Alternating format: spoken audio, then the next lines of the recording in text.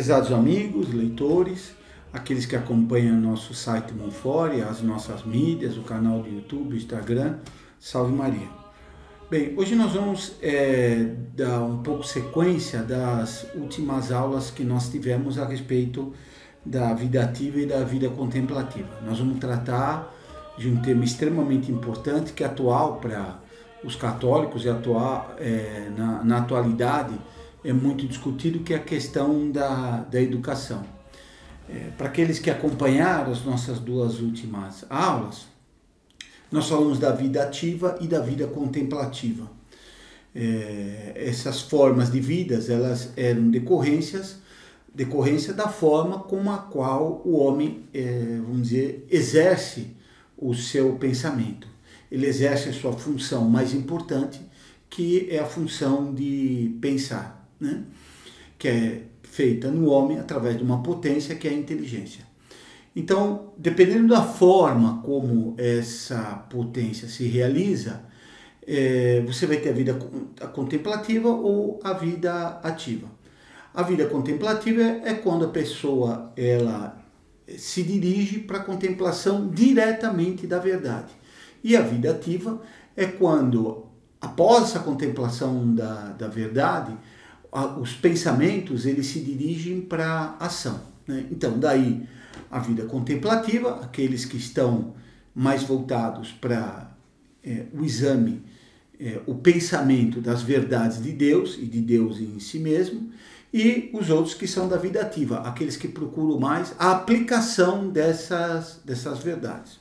Bom, e nós então depois mostramos que dentro da vida ativa, a educação, a escola está muito ligada. Citamos então uma frase de São Gregório: a vida ativa consiste em dar o pão a quem tem fome e pela palavra a sabedoria ensinar o ignorante. Então, dando continuidade aí para nossa aula, vamos entrar nesse aspecto da vida ativa, ou seja, a educação. E São Tomás vai analisar que o ato da educação, o ato de ensinar, ele está mais ligado à vida ativa do que à vida contemplativa. Se por um lado é necessário a pessoa adquirir uma verdade, né, ela ter o conhecimento de uma verdade através da contemplação, e nesse sentido a preparação do ensino está muito ligado à vida contemplativa, por outro lado, para ela transmitir aquilo que ela conheceu, ela precisa fazer um ato exterior, ela precisa transmitir, precisa usar da palavra e precisa ver os meios adequados com o qual esse ensinamento será dado. E tudo isso está mais ligado à vida ativa. E por último, nós dissemos, ainda citando São Gregório, né, para dar importância da vida ativa, São Gregório comenta, né, sem a vida contemplativa, pode entrar na pátria celeste, ou seja, pode se salvar, os que não deixam de fazer o bem que podem. Então, é possível alguém que devesse contemplar mais, não contempla, é possível ir para o céu. Mas, continua São Gregório, sem a vida ativa, nela não pode entrar, se descuidam de realizar as boas obras que estão ao seu alcance. Então, aqueles que têm obrigação de fazer uma boa obra, mas ficam descansando, dormindo no quarto, não querem saber de fazer nada pelos outros, esses, se tinham obrigação de fazer, acabam não se salvando, segundo São Gregório. Bom, então vamos ver agora quais são os princípios que devem ser aplicados à educação. Mas antes de entrar propriamente na nossa aula, vamos rezar 2 Ave-Marias pedindo para que a Nossa Senhora abençoe o nosso apostolado e proteja todos aqueles que pelo Brasil se dedicam à educação. Em nome do Pai, do Filho e do Espírito Santo. Amém. Ave Maria, cheia de graça, o Senhor é convosco, bendita sois vós entre as mulheres e bendito é o fruto do vosso ventre, Jesus. Santa Maria, Mãe de Deus, rogai por nós, pecadores, agora e na hora de nossa morte. Amém. Auxílio dos cristãos, rogai por nós. Ave Maria, cheia de graça, o Senhor é convosco, bendita sois vós entre as mulheres, e bendito é o fruto do vosso ventre, Jesus. Santa Maria, Mãe de Deus, rogai por nós, pecadores, agora e na hora de nossa morte. Amém. Doce coração de Maria, sede a nossa salvação. Em nome do Pai, do Filho e do Espírito Santo. Amém. Bom, então, em relação à educação, nós vamos dividir os problemas que tem em relação à educação em dois grandes grupos, né? Ou em dois erros básicos, né?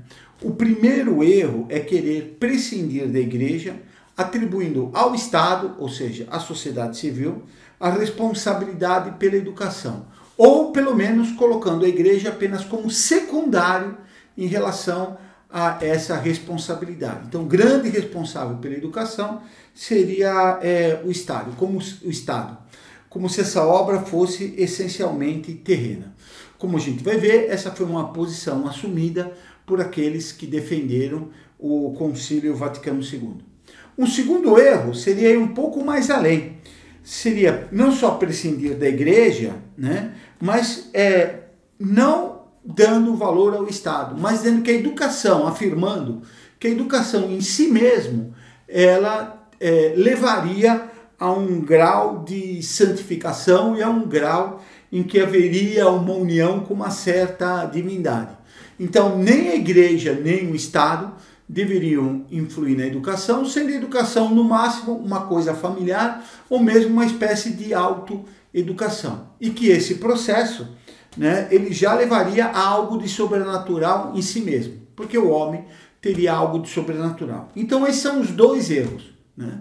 O primeiro erro é colocar o Estado como sendo aquele que teria primazia na educação, e o segundo erro é considerar que a educação prescinde não só da igreja, mas também do próprio Estado, e esse ato ele seria de si mesmo um ato sobrenatural.